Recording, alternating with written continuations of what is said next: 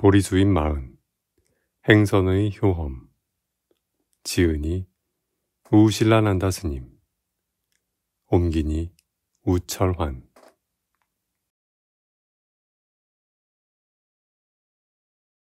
행선이란 무엇인가? 우리 선원의 수행자들은 4가지 자세로 마음챙김 공부를 합니다. 걸으면서, 서서, 앉아서, 그리고 누운 채로 마음챙김을 닦지요. 어떤 자세든 늘 마음챙김 상태를 유지해야 하는 건 마찬가지입니다만, 역시 마음챙김 명상에 으뜸가는 자세는 가부좌라 하겠습니다. 그러나 보통 사람의 몸은 움직임 없이 이런 가부좌 자세로 여러 시간 버틸 수가 없고, 따라서 수행자는 좌선과 행선을 번갈아 할 수밖에 없습니다.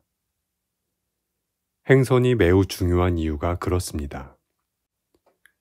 이제 행선의 성질과 의의, 그리고 그로부터 생기는 이로움을 이야기하고자 합니다. 마음챙김 공부는 물을 끓이는 일에 비유할 수 있습니다. 물을 끓이려면 우선 물을 탕관에 부은 다음 탕관을 화덕 위에 올려놓고 불을 지핍니다. 불은 연속적으로 물이 담긴 탕관을 달궈야 합니다. 잠시라도 불이 꺼진다면 다시 불을 붙인다 해도 물은 잘 끓지 않습니다. 불을 떼다 말다 반복한다면 물은 결코 끓지 않을 것입니다. 마음도 마찬가지입니다. 마음을 챙기는 시간에 사이사이 공백이 생긴다면 마음 챙김의 힘을 얻을 수 없고 집중을 이루지도 못합니다. 이곳 선원에서 수행자들에게 권하는 바, 아침에 잠 깨어 일어나는 순간부터 밤에 잠들 때까지 깨어있는 내내 찰나의 공백 없이 수행에 임하도록 하는 이유가 여기에 있습니다. 따라서 행선은 마음 챙김을 지속적으로 발전시켜 나가는데 빼놓을 수 없는 요소입니다. 그런데 안타깝게도 행선을 해봤자 아무런 이익이 없고 좋은 결과를 기대하기 힘들다고 주장하며 행선 자체를 비판하는 사람들을 보았습니다. 그런 사람들은 부처님의 가르침을 잘 알지 못하는 분들입니다. 행선을 맨 처음 가르치신 분은 바로 부처님이십니다. 부처님께서는 대념처경에서 행선에 대해 2번이나 가르치셨습니다. 자세를 설한 대목에서 비구는 걷고 있을 때 나는 걷고 있다고 알고, 서 있을 때 나는 서 있다고 알고, 앉아 있을 때 나는 앉아 있다고 알고, 누워 있을 때 나는 누워 있다고 안다고 말씀하셨습니다. 또 선명한 파지를 설한 대목에서 비구는 앞으로 나아갈 때나 뒤돌아설 때나 선명한 파지를 기울인다고 말씀하셨습니다. 선명한 파지란 관찰하고 있는 대상을 정확하게 이해한다는 뜻입니다. 수행자가 관찰 대상을 정확하게 이해하기 위해서는 집중을 얻어야 하고, 집중을 얻기 위해서는 마음 챙김을 기울여야 합니다. 그러므로 부처님께서 비구들이여 선명한 파지를 기울여라 라고 말씀하신 것은 선명한 파지뿐만 아니라 마음 챙김과 집중도 기울여야 한다는 말씀임을 알아야 합니다.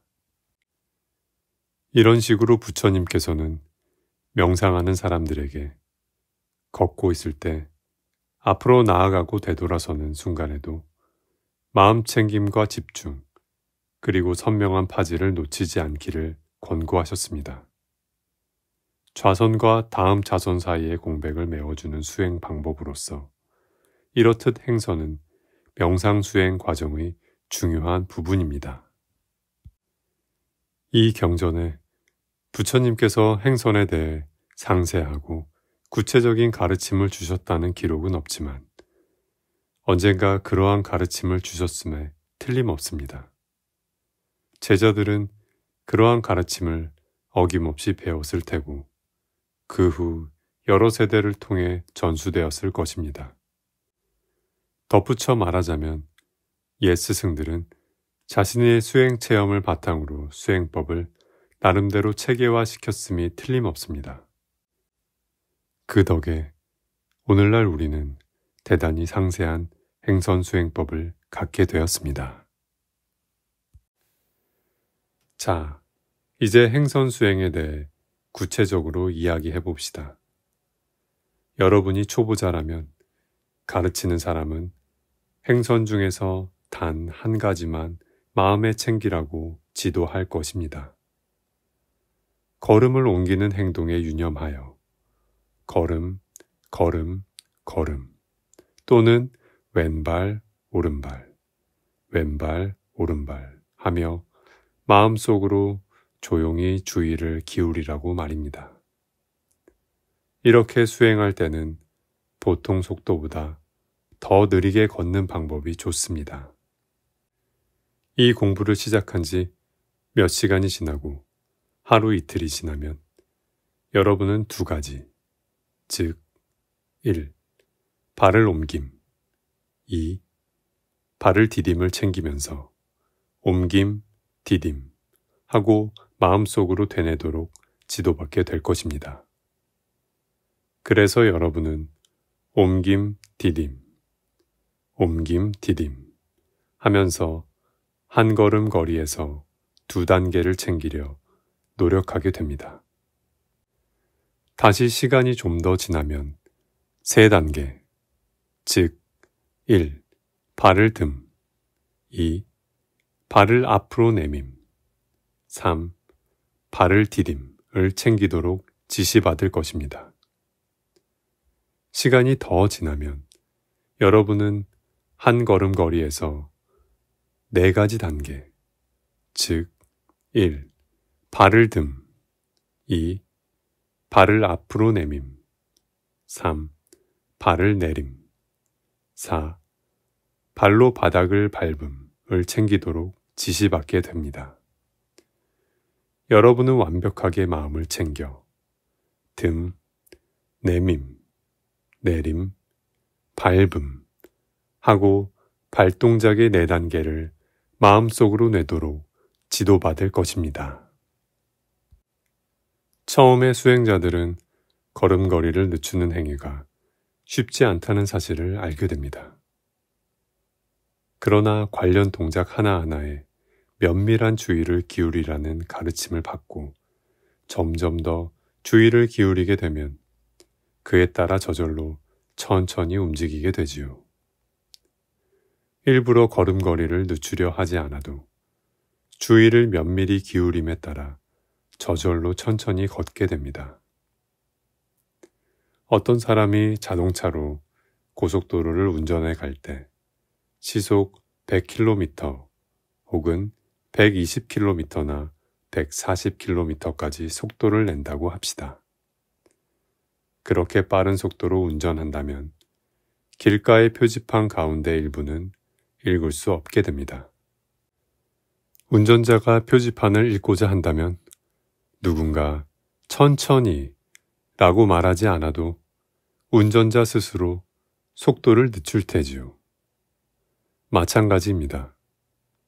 수행자들이 발을 들고 발을 앞으로 내밀고 발을 내리고 발로 바닥을 밟는 동작에 좀 더 면밀한 주의를 기울이기를 원한다면 저절로 느리게 움직이게 됩니다. 이렇게 느리게 움직일 때 비로소 이러한 동작을 통해 진정으로 마음을 챙길 수 있고 자신의 동작에 대해 충분히 알아차릴 수 있습니다. 면밀한 주의를 기울이고 속도를 늦춘다 해서 수행자가 모든 동작과 단계의 일체를 선명하게 볼 수 있는 건 아닙니다. 하나하나의 동작과 단계가 명확하게 구분되지 않은 채 한 덩어리의 연속 동작으로 보이겠지요. 하지만 집중력이 강해짐에 따라 수행자는 한 걸음 속에 포함되어 있는 여러 단계를 점점 더 명확하게 관찰하게 되고 적어도 4단계 정도는 쉽게 구분하게 됩니다. 수행자는 발을 떼는 동작이 발을 앞으로 옮기는 동작과 뒤섞여 있지 않다는 사실을 분명히 알게 되고 발을 앞으로 옮기는 동작이 발을 떼는 동작이나 발을 내려놓는 동작과 뒤범벅되어 있지 않다는 사실을 알게 됩니다. 동작 하나하나를 명확하게 구별하게 됩니다. 그처럼 마음을 챙겨 매사를 알아차리면 모든 것이 아주 선명해집니다. 행선과 사대. 수행을 계속함에 따라 수행자들은 훨씬 더 많은 걸 관찰하게 됩니다. 발을 들어 올릴 때에는 발의 가벼움을 경험합니다.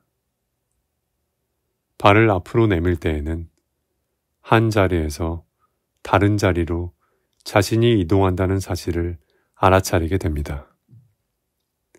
발을 아래로 디딜 때는 발의 무거움을 느낍니다.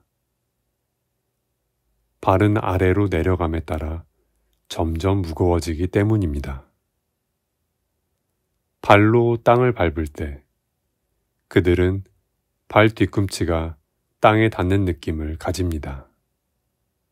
그러므로 수행자는 발을 듦, 발을 앞으로 내밈, 발을 내림, 발로 땅을 밟음 등을 관찰함과 더불어 들어올리는 발의 가벼움, 발과 신체의 이동, 아래로 내리는 발의 무거움, 발로 땅을 밟을 때 발에 닿는 단단하거나 물렁함도 지각하게 됩니다.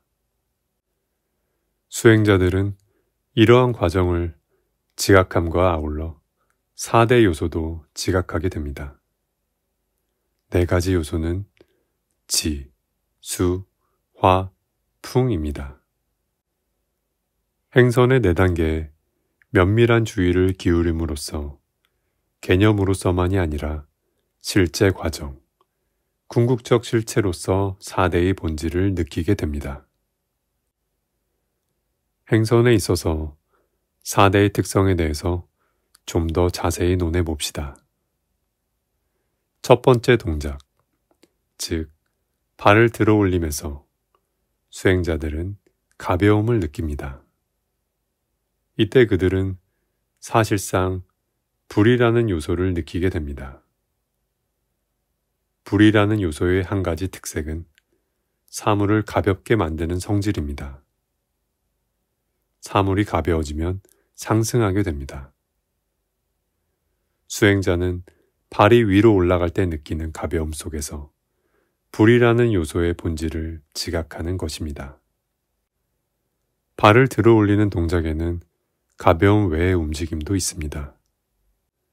움직임은 공기라는 요소의 한 가지 특색입니다.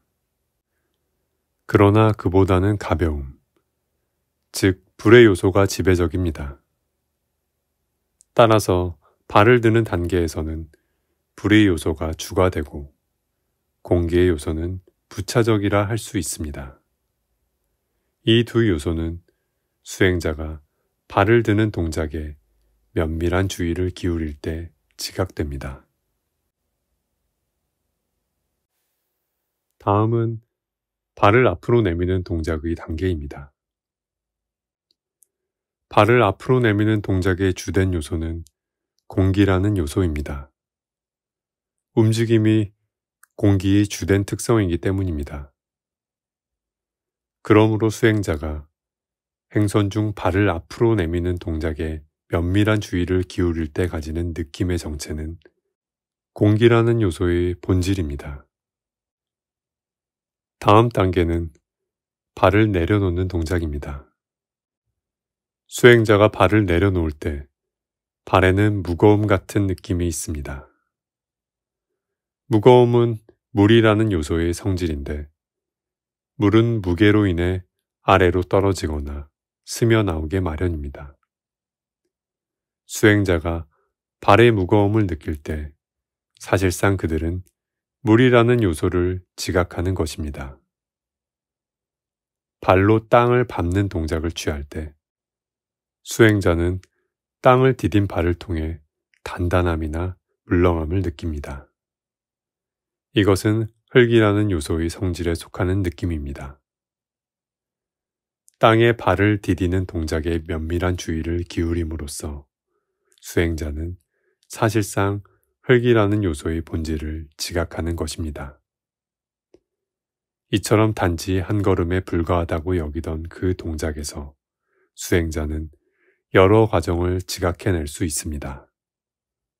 더불어 그는 사대와 사대의 본질을 지각하게 됩니다.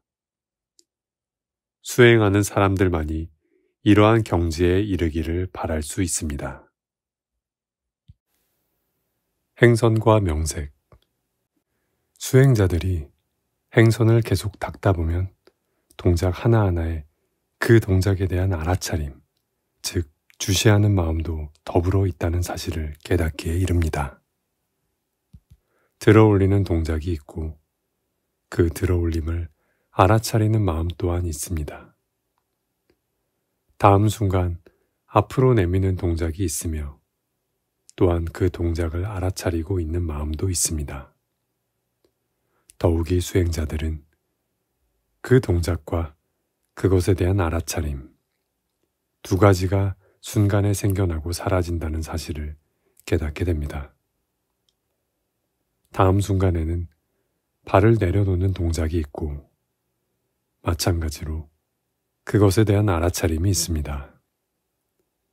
두 가지 모두 발을 내려놓는 순간에 생겨나고 사라집니다. 동일한 과정이 발을 땅에 딛는 동작에도 일어납니다. 즉 땅을 디딤과 그것에 대한 알아차림이 있습니다. 이런 식으로 수행자들은 발의 움직임과 더불어 알아차림의 순간이 있음을 알게 됩니다. 알아차림의 순간순간은 빨리어로 나마, 즉 마음이라 하고 발의 움직임은 루빠, 즉 물질이라 합니다. 그리하여 수행자들은 마음과 물질이 매 순간 생겨나고 사라지는 현상을 지각하게 됩니다. 한순간 발 들어올림과 들어올림의 알아차림이 있고 다음 순간에는 앞으로 발을 내밈과 내밈의 알아차림이 있으며 이런 식으로 계속 이어집니다. 마음과 물질은 짝을 지어 매 순간 생겨나고 사라지는 것으로 이해할 수 있습니다. 이와 같이 면밀한 주의를 기울인다면 수행자들은 관찰의 매 순간마다 마음과 물질이 짝지어 나타남을 지각할 수 있을 만큼 발전하게 됩니다. 수행자들이 이러한 행선 수행에서 발견하게 되는 또 한 가지는 동작 하나하나에 영향을 미치는 의도의 역할입니다. 그들이 발을 들어 올리는 동작도 그렇게 원하기 때문이고 발을 앞으로 옮기는 동작도 그렇게 원하기 때문이고 발을 내려놓는 동작도 그렇게 원하기 때문이고 발을 땅에 딛는 동작도 그렇게 원해서라는 사실을 깨닫게 됩니다.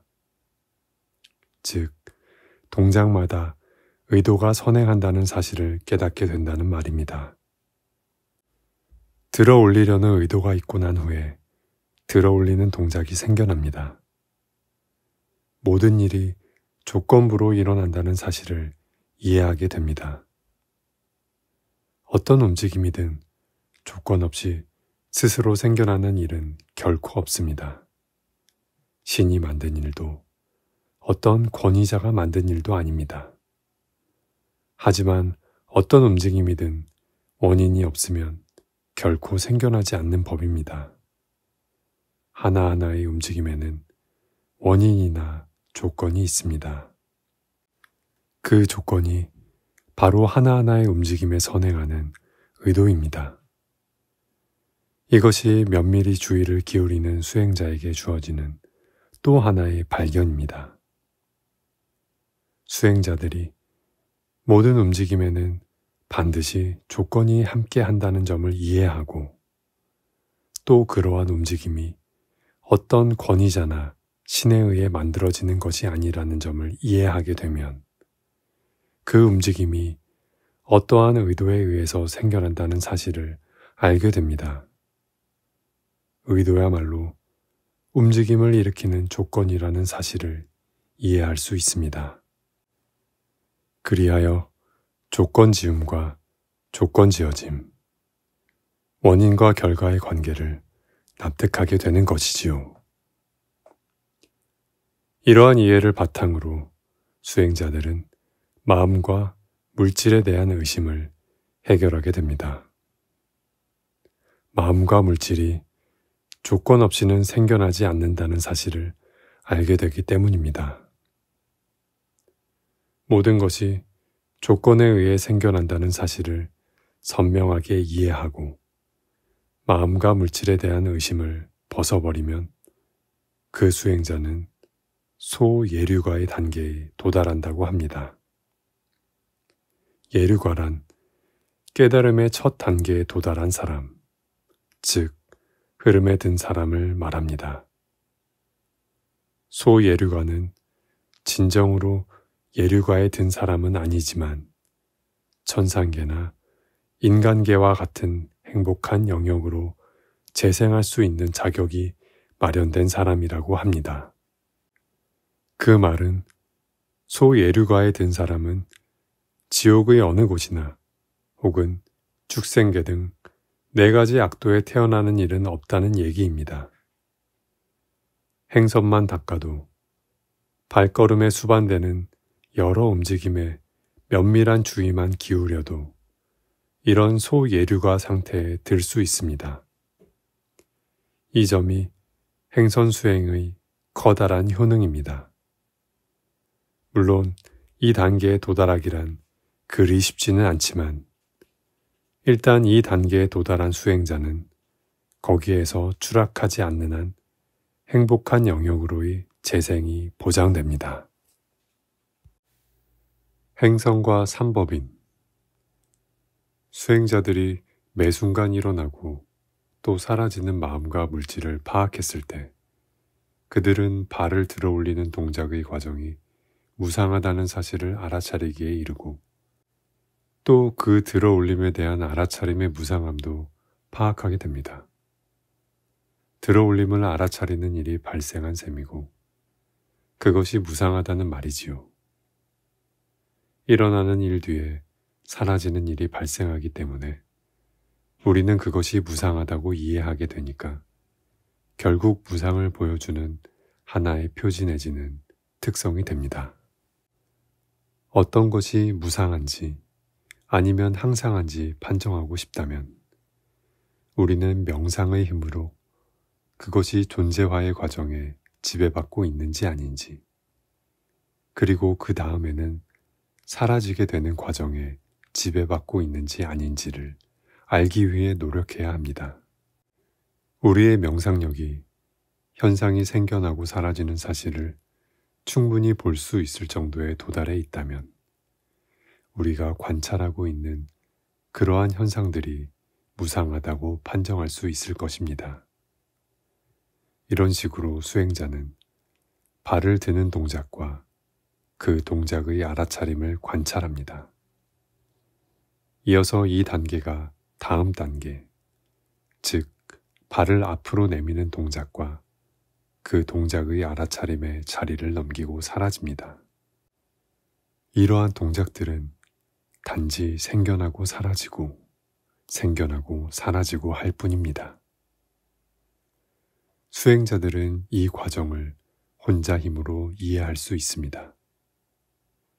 그는 이 사실을 외부 권위자에 대한 믿음을 통해 받아들일 필요도 없고 다른 사람의 말에 따라 믿을 필요도 없습니다. 수행자가 마음과 물질이 생겨나고 사라진다는 사실을 파악할 때 그는 마음과 물질이 무상하다고 이해합니다. 명색이 무상함을 보게 되면 다음으로 그것들이 만족스럽지 못함을 또한 알게 됩니다. 왜냐하면 명색이 끊임없는 생겨남과 사라짐에 항상 억압당하고 있기 때문입니다. 무상함과 만족스럽지 못한 사물의 본성을 파악하고 나면 이 사물에 대한 통어력이 있을 수 없다는 점을 또한 관찰하게 됩니다. 수행자는 사물의 내면에 그들이 연구하도록 명령할 수 있는 어떤 자아나 영혼도 없다는 사실을 깨닫게 되지요. 사물은 자연 법칙에 따라 생겨나고 사라질 뿐입니다. 이것을 파악함으로써 수행자들은 조건지어진 현상의 제3의 특성을 파악하게 됩니다. 그것은 곧 무아의 특성인데 사물에는 자아가 없다는 사실입니다. 무아의 의미 중 하나는 통어력이 없음을 가리킵니다. 어떤 실체, 영혼, 힘 등 어느 것도 사물의 본성을 마음대로 좌지우지하는 지배력을 갖고 있지 않다는 말입니다. 따라서 이 단계가 되면 수행자는 조건지어진 모든 현상의 세 가지 속성을 파악하게 된 셈입니다. 수행자는 발을 드는 동작과 발을 드는 동작에 대한 알아차림을 면밀하게 관찰함으로써 이 세 가지 특성을 이해할 수 있습니다. 그러한 동작에 면밀한 주의를 기울이면 생겨나고 사라지는 사물들을 보게 됩니다. 결과적으로 그는 자신의 힘으로 조건지어진 온갖 현상들의 무상, 고, 무아의 속성을 파악하게 됩니다. 이제 행선의 동작들을 더 자세히 살펴봅시다. 누군가 발을 드는 동작을 촬영한다고 합시다. 그리고 발을 드는 동작이 1초 걸린다고 가정하고 카메라가 매초 36개의 영상을 찍을 수 있다고 칩시다. 촬영이 끝나고 영상 하나하나를 본다면 우리가 하나의 동작이라고 생각했던 발을 드는 동작에는 실제로 36개의 동작이 있다는 사실을 깨닫게 됩니다. 각 영상들은 서로 다릅니다. 차이가 너무도 미세하여 겨우 알아차릴 정도이긴 하지만 말입니다. 카메라가 매초 1000장의 사진을 찍는다면 어떻겠습니까? 그렇다면 사진에 드러난 동작의 차이는 거의 식별하기 힘들겠으나 어쨌든 발을 드는 단 하나의 동작 속에 1000개의 동작이 있게 됩니다. 카메라가 매초 100만 장의 사진을 찍을 수 있다면 현재는 가능하진 않지만 언젠가는 가능해진다고 가정하고 우리가 생각하기에는 단 하나의 동작일 뿐인데 그 속에는 100만 개의 동작이 있게 될 것입니다. 우리는 행선을 하면서 카메라가 촬영하듯 우리의 동작을 한 커트 한 커트 면밀히 보려고 했습니다. 동작에 대한 알아차림과 동작 하나하나에 선행하는 의도를 보려 합니다. 그로 인해 실제로는 수없이 많은 동작으로 이루어진 한 동작의 실상을 낱낱이 볼 수 있었던 부처님의 지혜와 통찰력을 실감할 수 있게 됩니다. 우리는 나름대로 하고 있는 일을 본다든가 관찰한다는 말로 표현합니다. 그러나 말과는 달리 직접 보기만 하는 게 아니라 추론에 의해서도 봅니다. 우리는 부처님처럼 수백만 개의 동작을 모두 직접 볼 수 있는 처지는 아니란 뜻이지요. 행선 공부를 시작하기 전까지 수행자들은 한 걸음이 그저 하나의 동작이라고만 여겼을 겁니다. 하지만 명상을 통해 그들은 한 걸음의 동작에 적어도 4개의 움직임이 있음을 알게 되고, 더 깊이 들어가면 4개 중 하나의 움직임만 해도 수백만 개의 미세한 움직임으로 이루어진 복합적 동작이라는 사실을 이해하게 됩니다. 그들은 생겨나고 사라지는 마음과 물질이 무상함을 봅니다. 일상적 지각으로는 사물의 무상함을 볼 수가 없습니다. 무상함이 지속성이라는 환상에 가려져 있기 때문입니다. 우리는 단지 하나의 지속적인 동작을 보고 있다고 여깁니다. 그러나 면밀히 살피면 지속성이라는 환상이 깨어질 수 있음을 보게 됩니다. 물리적 현상이 생겨나고 붕괴하는 과정을 점차적으로 잘게 쪼개나가면서 직접 관찰함으로써 그런 환상을 깨트릴 수 있습니다. 명상의 가치는 무상이라는 본성을 발견하기 위하여 지속성이라는 장막을 없애는 능력을 고양하는 데 있습니다.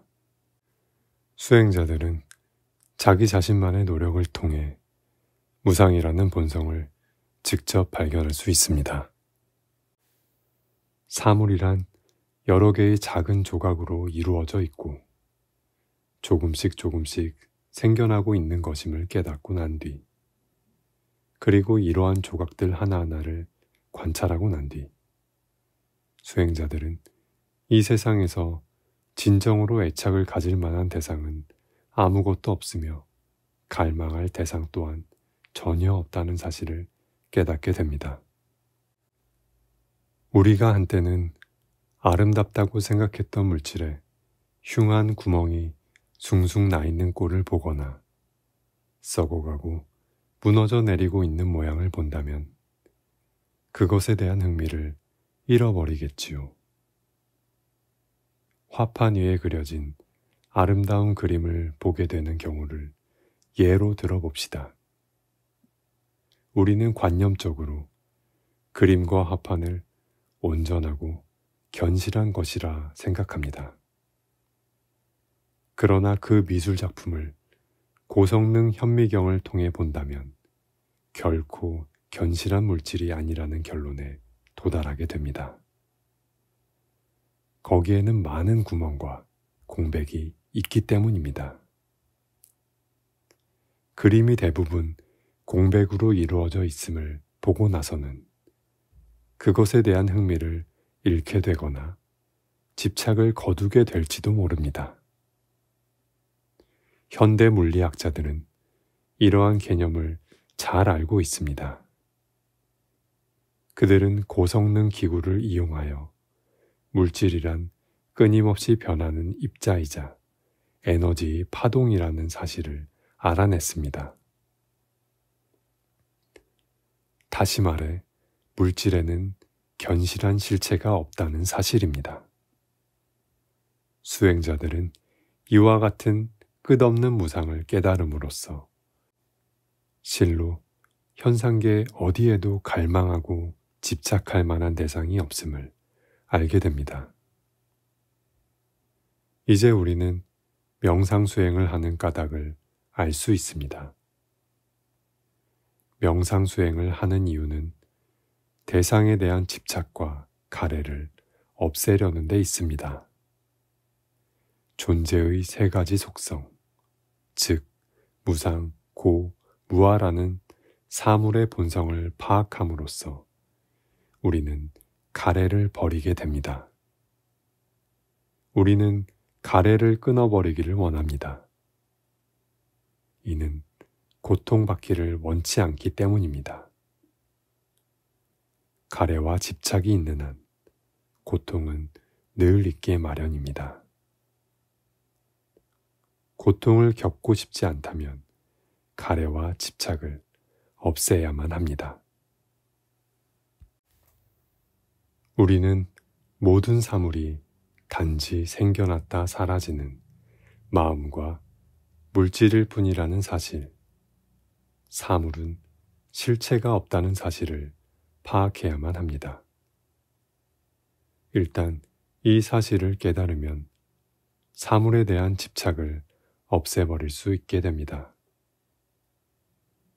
이것을 깨닫지 못하는 한 우리가 아무리 책을 많이 읽고 아무리 많은 대화를 나누며 집착을 없애려 토론에 몰두한다 해도 결코 집착을 떨쳐버리지 못할 것입니다. 모든 조건지어진 사물들은 위의 세 가지 특성에 의해 표지된다는 사실을 직접 경험하는 것이 필수적입니다. 따라서 우리는 걷고 있을 때 면밀한 주의를 기울여야 합니다. 앉아 있을 때나 누워 있을 때도 마찬가지입니다. 행선만이 완전한 깨달음에 이르게 하고 애착을 완전히 없앨 능력을 갖게 해준다고 말하지는 않겠습니다. 다만 행선이 좌선이나 어떤 다른 윗바사나 명상 못지않게 효험이 있다는 말을 하려는 것입니다. 행선은 정신적 성장에 공헌합니다. 그것은 호흡이나 배의 오르내림을 챙기는 방법만큼이나 효험이 있습니다. 우리 마음의 때를 없애는 데 도움을 주는 효과적인 무형의 도구입니다. 또한 행선은 사물의 본질에 대한 통찰력을 얻는 데 도움을 줍니다. 따라서 우리는 좌선이나 그 밖의 명상 수행을 부지런히 하듯 행선도 부지런히 닦아야 합니다. 걷는 자세를 포함해서 온갖 자세에서 윗바사나 명상을 닦음으로써 여러분과 수행자 모두가 바로 이 생에서 완전한 정화를 이룰 수 있기를 기원합니다.